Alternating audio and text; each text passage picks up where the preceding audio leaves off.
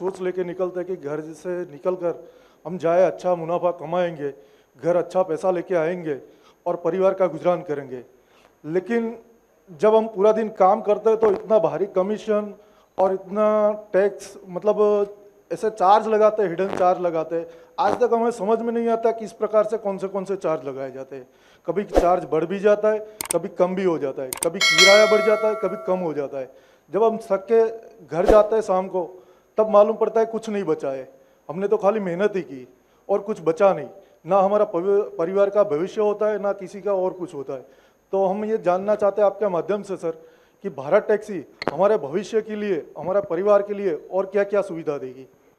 पहली बात, भारत टैक्सी में हिडन कुछ नहीं होगा। एक बात समझिए, जो होगा वो नोटिफिकेशन आपके मोबाइल पर आ जाएगा, तभी होगा, और 1 सप्ताह पहले नोटिफिकेशन आएगा। आप मेरी बात ढंग से समझ रहे हैं? जो करेंगे 1 सप्ताह पहले नोटिफिकेशन भेजकर करेंगे। आपकी मिनिमम वायबिलिटी पर किलोमीटर क्या होगी, वो बेसलाइन बनाकर जो होगा उसके ऊपर होगा। मतलब आप 1 किलोमीटर का आपका रेट 2 रुपया है, मैं काल्पनिक रूप से 2 रुपया कह रहा हूं, तो जो होगा वो 2 रुपया प्लस मुनाफा उसके ऊपर ही होगा, इसके नीचे कभी नहीं होगा। आप मेरी बात समझ रहे हैं? तो भारत टैक्सी काउंट करेगी कि ऑटो का मूल्य कितना, पेट्रोल कितना जलेगा और मिनिमम कितना कमाना चाहिए, ये सब मिलाकर एक बेस रेट होगा। इससे नीचे हम नहीं जाएंगे। हमारा लक्ष्य मुनाफा कमाना नहीं है। हमारा सारथी, हमारी कोऑपरेटिव का मालिक है, वो अपना घर अच्छे से चला पाए, वो है। तो सारी कंपनियों में क्यों तकलीफ आती है? उन्होंने बेस रेट ही तय नहीं किया है। ये सहकार टैक्सी का एक बार मैंने राज्यसभा में भाषण किया तो ये तीनों लोग मुझे बारी बारी मिलने आए थे कि मत करिए, नुकसानी का धंधा है वो।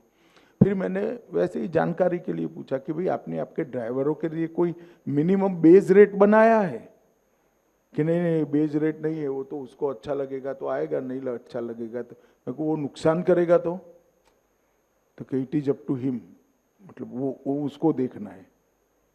हम ऐसा नहीं करेंगे। जो बिजनेस करेंगे आपका मिनिमम मुनाफा होना चाहिए, इतना हो, और फिर जो ज्यादा मुनाफा होगा वो भी अंततोगत्वा तो घूमकर आपके पास में ही वापिस आना है। जो ऑनलाइन हम राइड कर रहे हैं तो उसमें ओला उबर बोल रहे हैं आप पार्टनर हो, तो पार्टनर को जो कुछ समस्या आती है तब हम कॉल सेंटर में बात करते हैं। एक सेकंड मुझे बताओ, ओला उबर का शेयर है आपके पास?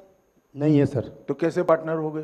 सर वही बात लोग पार्टनर बताते हैं। वो पार्टनर नहीं है, सर, छलावा कर रहे हैं। सही है आपके सर। तो सर भारत टैक्सी हमको बोल रही है सारथी आप मालिक हो, तो सर हमको मालिक का हक कैसे मिलेगा? मैं बताता हूं। भारत टैक्सी में अभी हम सब छोटा छोटा काम करते हैं, सारथी है। हमारे पास इतनी पूंजी तो है नहीं कि इतना बड़ा कंपनी खड़ा कर ले। हमने अभी भारत की 5 बड़ी कोऑपरेटिवों को मिलाकर ये खड़ा कर दिया। अब जैसे आपकी संख्या बढ़ती जाएगी, जो सारथी इसमें पार्टनर बनना चाहता होगा, कंपलसरी नहीं है, आप बनो ना बनो आप पर निर्भर है। 500 रुपये का अगर आप शेयर लोगे तो आप इसके मालिक हो जाओगे। आप मेरी बात समझ गए? फिर जब भारत टैक्सी का बोर्ड ऑफ डायरेक्टर का चुनाव होगा तब इसमें कुछ सीटें सारथियों के लिए भी चिन्हित रखी। जैसे अभी भाई साहब बोर्ड ऑफ डायरेक्टर में आ गए तो वो आपके सारे हितों की चिंता करेगा। अगर भारत टैक्सी सारथियों के पक्ष में कोई नीति नहीं करती है तो ये तो आपका प्रतिनिधि ना चिल्लाएगा कि ऐसा नहीं चलेगा भाई, हमारी कंपनी है, आप ऐसा कैसे कर रहे हो। मुझे बताओ भाई, ओला उबर के बोर्ड में आपका कोई प्रतिनिधि है? नहीं सर, नहीं सर। यहाँ पर है, यहाँ पर है। तो आप मालिक हुए या नहीं हुए? Yes sir, yes sir. तो यही कंसेप्ट है भाई, आपका कोऑपरेटिव है, आपको चलाना है, मगर इतना रखना मैं आऊं तो कभी चाय पिलाना भाई, बाकी तो क्या है यार इसमें। कंपनी आपका ही है, मुनाफा भी 20% रिजर्व करेंगे, जिससे कंपनी कोई खराब समय में आए तो हमारी उससे चलती रहे। 80% मुनाफा पर किलोमीटर एवरेज से आपको वापस दे दिया जाए। पहले 3 साल हमें एक एक शहर बढ़ाता जाना है। अभी दिल्ली एनसीआर बढ़ा है, तो ये सब मार्केटिंग करने में 5 करोड़ का खर्चा होता है।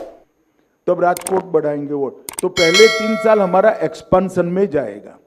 3 साल के बाद जितना भी मुनाफा होगा 20% कोऑपरेटिव भारत टैक्सी में रहेगा और 80% हमारे सारथी भाइयों को वापस दे दिया जाएगा।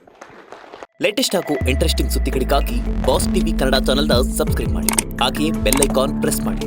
ಇದರ ಜೊತೆಗೆ ಫೇಸ್ಬುಕ್, ಇನ್ಸ್ಟಾಗ್ರಾಮ್, ಎಕ್ಸ್ನಲ್ಲೂ ಮಿಸ್ ಮಾಡದೆ ಫಾಲೋ ಮಾಡಿ.